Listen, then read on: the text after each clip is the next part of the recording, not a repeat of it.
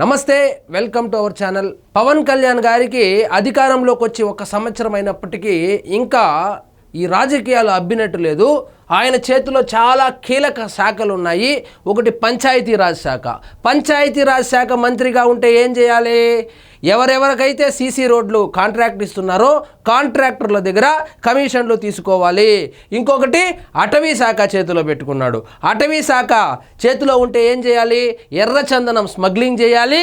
అదేవిధంగా అటవీ సంపదను దోచుకోవాలి. మూడో శాఖ పర్యావరణ శాఖ చేతిలో పెట్టుకున్నాడు. ఇది కూడా చాలా కీలక శాఖ. ఈ శాఖ మంత్రి ఏం చేయాలి? ఎక్కడెక్కడైతే ఫ్యాక్టరీలు ఉన్నాయో అక్కడికి వెళ్ళి ఇక్కడ మీ ఫ్యాక్టరీ నుంచి పొల్యూషన్ ఎక్కువ వస్తూ ఉంది, మరి మూసేయమంటారా? మూసేయకుండా అలాగే కంటిన్యూ చేయాలంటే సూట్ కేసు పంపించండి అని చెప్పాలా. కానీ అందుకు భిన్నంగా పవన్ కళ్యాణ్ గారు ఈ సంవత్సరం రోజుల్లో మంత్రిగా ఒక్కొక్క శాఖలో ఏమేమి చేశాడు అని చెప్పి సమగ్ర నివేదిక అయితే 2024-25కు తను ఛార్జ్ తీసుకున్న రోజు నుంచి నిన్నటి వరకు ఏ పనులు తన శాఖ ద్వారా చేశాడని చెప్పి ఒక ప్రోగ్రెస్ రిపోర్ట్ లాంటిది సుపరిపాలనకు ఏడాది సమగ్ర అభివృద్ధి నివేదిక 2024-25 ప్రగతి, పారదర్శకత, సుస్థిరత, జవాబుదారీతనం, గ్రామ స్వరాజ్యంకై ముందడుగు, హరితాంధ్ర సాధనకై మరో అడుగు అని చెప్పి ఒక డాక్యుమెంట్ అయితే రిలీజ్ చేశారు. ఈ డాక్యుమెంట్లో పంచాయతీరాజ్ శాఖ మంత్రిగా ఏం చేశాడు, అటవీ శాఖ మంత్రిగా ఏం చేశాడు, అదేవిధంగా పర్యావరణ శాఖ మంత్రిగా ఈ గత సంవత్సరం రోజులుగా ఏమేమి పనులు చేశారు, అదేవిధంగా స్వతహాగా పిఠాపురం ఎమ్మెల్యే కాబట్టి ఎమ్మెల్యేగా పిఠాపురానికి ఏమేమి చేశాడని చెప్పి 1 సంవత్సర కాలానికి గాను 2024-25 సంవత్సరానికి గాను ఒక సమగ్ర నివేదిక అయితే విడుదల చేశారు. ఇట్లాంటి సాంప్రదాయం గత ప్రభుత్వంలో లేదు. ఎందుకు లేదంటే వాళ్ళు ఏమీ చేయలేదు కాబట్టి ఇలాంటి నివేదికలు ఇచ్చేవాళ్ళు కాదు. ఎందుకంటే వాళ్ళు చేసిన పని మొత్తము బటన్లు నొక్కడం, ఆ నొక్కే బటన్ ఏదో జగన్మోహన్ రెడ్డి నొక్కాడు కాబట్టి మంత్రులు కేవలం డమ్మీ పీసుల్లాగా మిగిలిపోయారు.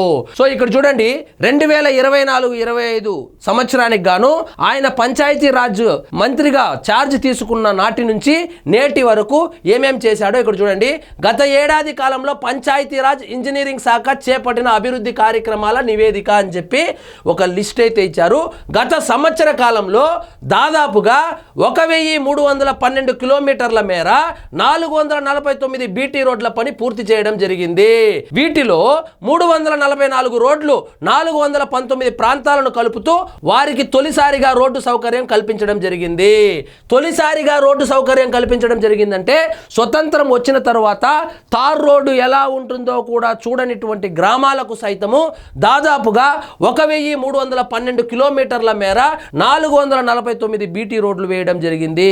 మొత్తం జగన్మోహన్ రెడ్డి గారి 5 సంవత్సరాల పరిపాలనలో కనీసం 130 కిలోమీటర్లు కూడా వేయలేదు. కూటమి ప్రభుత్వం అధికారంలోకి వచ్చిన తర్వాత పంచాయతీ రాజ్ శాఖ 1312 కిలోమీటర్లు ఇంతవరకు రోడ్డు నోచుకునేటువంటి గ్రామాలకు వేయడం జరిగింది.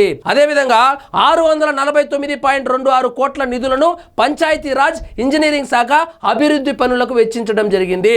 ఈ 649.26 కోట్లు జగన్మోహన్ రెడ్డి గారికి ఇచ్చింటే ఏం చేసింటాడు?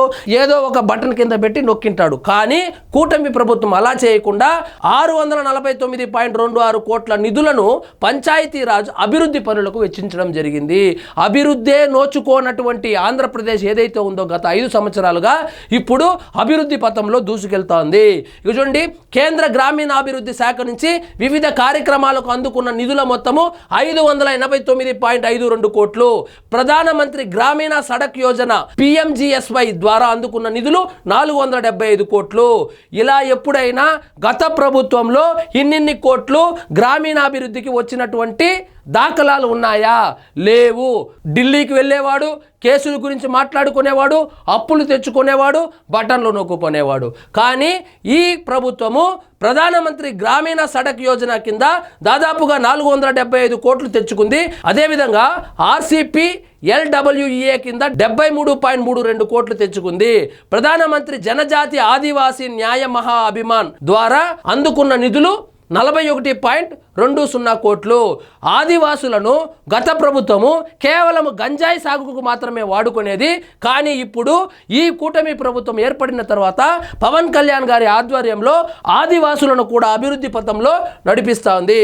పిఎం జన్మన్ మరియు Panchayati Raj reforms tribal sub plan ద్వారా 258 గిరిజన గ్రామాలను కలుపుతూ 215 రోడ్ల నిర్మాణ పనులు చేపట్టి 661.55 కిలోమీటర్ల రహదారిని పూర్తి చేసేందుకు 605 కోట్ల రూపాయలతో మొదలు పెట్టడం జరిగింది. రానున్న 2 సంవత్సరాలలో ఈ పనులు పూర్తి కానున్నాయి.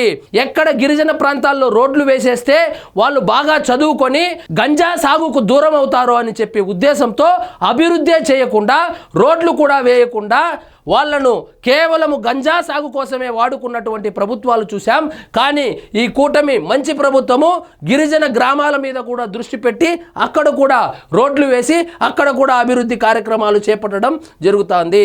రాష్ట్రంలో ఎంతో కాలంగా శిథిలావస్థకు చేరి గుంతలమయంగా మారిన 402 రోడ్లను గుర్తించి 1202.60 కిలోమీటర్ల రోడ్ల మరమ్మతుల కోసం నాబార్డ్ నిధుల నుంచి 5557.22 కోట్లను విడుదల చేయడం జరిగింది. రోడ్లకు గుంతలు పూడ్చే కార్యక్రమం పవన్ కళ్యాణ్ గారు నిర్వహిస్తున్నటువంటి పంచాయతీరాజ్ శాఖ ఏదైతే ఉందో దాని ఆధ్వర్యంలో దాదాపు 402 రోడ్లను గుర్తించి 1200 దాదాపుగా 1200 కిలోమీటర్ల రోడ్లకు మరమ్మతులు చేయడం జరిగింది. గత ప్రభుత్వంలో చూసుకుంటే రోడ్లలోని గుంతలకు కంకర వేసిన పాపాల పోలేదు, గుంతలమయమైపోయినది. కాబట్టి ఆ గుంతలను జగన్మోహన్ రెడ్డి గారు చేసిపోయినటువంటి గుంతలకు కంకర కూడా వేయడం జరిగింది. దానికి కూడా దాదాపుగా 557 కోట్ల రూపాయలను విడుదల చేయడం జరిగింది. అదే కాకుండా గత సంవత్సర కాలంలో MGNRGS ద్వారా సాధించిన అభివృద్ధి వివరాలు ఏవైతే ఉన్నాయో ఇది కూడా పంచాయతీరాజ్ కిందకు వస్తుంది. రాష్ట్ర వ్యాప్తంగా గ్రామాలలో రహదారుల సౌకర్యాన్ని మెరుగుపరుస్తూ 4000 కిలోమీటర్ల సీసీ రోడ్ల నిర్మాణం పూర్తి చేయడం జరిగింది. అదే జగన్మోహన్ రెడ్డి గారి ప్రభుత్వాన్ని ఇప్పటి కూటమి ప్రభుత్వాన్ని మీరు కంపేర్ చేస్తే ఇక్కడ 4000 కిలోమీటర్ల సీసీ రోడ్ వేస్తే 4 కిలోమీటర్ల సీసీ రోడ్ వేసిన పాపాన కూడా పోలేదు గత ప్రభుత్వము. వివిధ గ్రామాలను ప్రాంతాలను కలిపేలాగా 276 కిలోమీటర్ల బీటీ రోడ్ల నిర్మాణం పూర్తి చేయడం జరిగింది. అసలు బీటీ రోడ్లు అంటే ఏమని కనీసం స్పెల్లింగ్ కూడా తెలియదు మన జగన్మోహన్ రెడ్డి గారికి. 5 సంవత్సరాల్లో రోడ్డు వేసిన పాపాన పోలేదు. రోడ్డు కాదు, రోడ్లో పడినటువంటి గుంతలకు కంకర వేసిన పాపాన కూడా పోలేదు. కానీ అందుకు భిన్నంగా వివిధ గ్రామాలను ప్రాంతాలను కలిపేలాగా దాదాపు ఈ ఒక్క సంవత్సరం సమయంలోనే 276 కిలోమీటర్ల బీటీ రోడ్ల నిర్మాణం పూర్తి చేయడం జరిగింది. మొదలు పెట్టడం కాదు, పూర్తి చేయడం జరిగింది. గ్రామాల్లో వ్యవసాయ నీటి అవసరాలు తీర్చేందుకు, భూగర్భ జలాల శాతం పెంచేందుకు, మత్స్య సంపదను పెంచేందుకు అనుగుణంగా రాష్ట్ర వ్యాప్తంగా 78,776 వ్యవసాయ నీటి కుంటల నిర్మాణం పూర్తి చేయడం జరిగింది. అసలు నీటి కుంట అంటే ఏమి అని చెప్పి కనీసం ఆ పదం కూడా మనం గత 5 సంవత్సరాల్లో వినలేదు. కానీ కూటమి ప్రభుత్వం వచ్చిన తర్వాత పవన్ కళ్యాణ్ గారి ఆధ్వర్యంలో 78,776 వ్యవసాయ నీటి కుంటల నిర్మాణం అయితే పూర్తి చేయడం జరిగింది. దీని ద్వారా గ్రామాల్లో వ్యవసాయ నీటి అవసరాలు తీర్చవచ్చును. అదేవిధంగా భూగర్భ జలాల శాతం పెరుగుతుంది. మత్స్య సంపదను కూడా, అందులో చేపలు కూడా పెంచుకునేటువంటి ఒక సౌకర్యాన్ని కూడా కల్పించడం జరిగింది. గ్రామాల్లో పాడి పశువులకు నీడ కల్పించేందుకు, వాటిని ఆహ్లాదకరమైన వాతావరణం కల్పించేందుకు, పాడి ఉత్పత్తిని పెంచి రైతులకు ఆదాయం పెంచేలాగా వాటి సంరక్షణకై 22,500 గోకులాల నిర్మాణాన్ని పూర్తి చేయడం జరిగింది. ఆవుల మీద కూడా దృష్టి సారించి గోవులు సురక్షితమైన ప్రాంతంలో ఉండాలి, ఆహ్లాదకరమైన వాతావరణం వాటికి కూడా ఉండాలి. దాని ద్వారా పాడి ఉత్పత్తి పెంచి వాటి ద్వారా రైతులకు ఆదాయం కూడా పెరగాలని దాదాపుగా 22,500 గోకులాలను కూడా నిర్మాణం చేయడం జరిగింది. అదే జగన్మోహన్ రెడ్డి గారి ప్రభుత్వంలో మనుషులకే ఇల్లు కట్టించేదానికి దిక్కు లేదు, ఇంకా ఆవుల సంగతి సరే. మూగ జీవాలకు వేసవి త్రాగునీరు సమస్య తీర్చేందుకు రాష్ట్ర వ్యాప్తంగా 15,000 పశువుల నీటి తొట్టెలను నిర్మాణం చేయడం జరిగింది. జరిగింది. కూటమి ప్రభుత్వం వచ్చాక పవన్ కళ్యాణ్ గారు మూగజీవులను కూడా ఆదుకోవాలి, వేసవి నీటి సమస్యను తీర్చాలనేటువంటి ఒక సదుద్దేశంతో దాదాపుగా 15,000 పశువుల నీటి తొట్టెల నిర్మాణం చేయడం జరిగింది. అదే గత ప్రభుత్వం వైఎస్ఆర్సీపీ ప్రభుత్వంలో మనుషులకే తాగునీటికి దిక్కు లేదు, ఇంకా మూగజీవాల సంగతి ఆ ప్రభు ఎరుక. ఇక చూడండి, జాతీయ ఉపాధి హామీ పథకం ద్వారా ఇప్పటి వరకు గత సంవత్సర కాలంలో దాదాపు 3,429 లక్షల పని దినాలను ఉపాధి శ్రామికులకు కల్పించడం జరిగింది. ఈ పథకం ద్వారా రాష్ట్ర వ్యాప్తంగా 46,94,000 మంది ఉపాధి శ్రామికులకు ఉపాధి కల్పించడం జరిగింది. ఈ ఉపాధి శ్రామికుల డబ్బులు కూడా ఆ వాలంటీర్లు, ఆ ఫీల్డ్ అసిస్టెంట్లు, ఆ ఫీల్డ్ ఆఫీసర్లు పందికొక్కుల్లాగా మెక్కడం జరిగింది గత ప్రభుత్వంలో. కానీ ఇప్పుడు పని దినాలు పెంచి అదేవిధంగా దాదాపు 47 లక్షల మందికి ఉపాధి శ్రామికులు ఎవరైతే ఉన్నారో వాళ్లకు ఉపాధి కల్పించే విధంగా చర్యలైతే తీసుకోవడం జరిగింది. దాదాపు 13,578 నివాస ప్రాంతాలకు రహదారుల సౌకర్యం కల్పించడం జరిగింది. అదేవిధంగా దాదాపు 1,877 నివాస ప్రాంతాలకు తొలిసారిగా రహదారి సౌకర్యం కల్పించడం జరిగింది. తొలిసారిగా అంటే స్వతంత్రం వచ్చిన తర్వాత ఆ 1900 నివాస ప్రాంతాలు ఏవైతే ఉన్నాయో వాళ్ళు ఇంతవరకు రోడ్డుకే నోచుకోలేదు.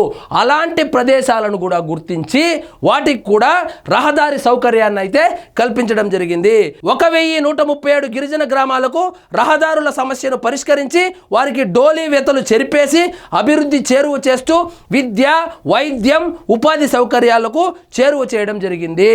ఇక చూడండి, గిరిజన గ్రామాలు ఏవైతే ఉన్నాయో గత ప్రభుత్వము ఈ గిరిజన గ్రామాలను కేవలము ఓటు బ్యాంకుగానే చూస్తూ కేవలము ఈ గంజా సాగు కోసమే వాడుకునేది. కానీ అటువంటి గ్రామాలను గుర్తించి దాదాపుగా 1,137 గ్రామాలను గుర్తించి వాళ్ళ రాకపోకలకు అదేవిధంగా డోలీ వెతలు చెరిపేసి డోలీ పెట్టుకొని ఎవరైనా డెలివరీ కావాలంటే, ఎవరైనా మహిళ డెలివరీ కావాలంటే డోలీ పెట్టుకొని వెళ్ళేవారు. ఆ ప్రాబ్లం లేకుండా ఇప్పుడు దాదాపు 1,137 గిరిజన గ్రామాలకు రహదారుల సమస్యలను కూడా పరిష్కరించడం జరిగింది. ఇది కేవలం పంచాయతీరాజ్ శాఖ మంత్రిగా పవన్ కళ్యాణ్ గారి 1 సంవత్సరము ప్రోగ్రెస్ రిపోర్ట్. అదేవిధంగా రేపు అటవీ శాఖ మంత్రిగా ఏం చేశాడు, పిఠాపురంకి ఏం చేశాడు, అదేవిధంగా పర్యావరణ శాఖ మంత్రిగా ఏం చేశాడు అనేది నెక్స్ట్ వీడియోస్లో చూద్దాం. సో ఇదేంటి ఈరోజు మన టాపిక్. మీకు ఈ వీడియో నచ్చినట్లయితే లైక్ చేయండి, షేర్ చేయండి, ఛానల్ మాత్రం సబ్స్క్రైబ్ చేసుకోవడం మర్చిపోవద్దు.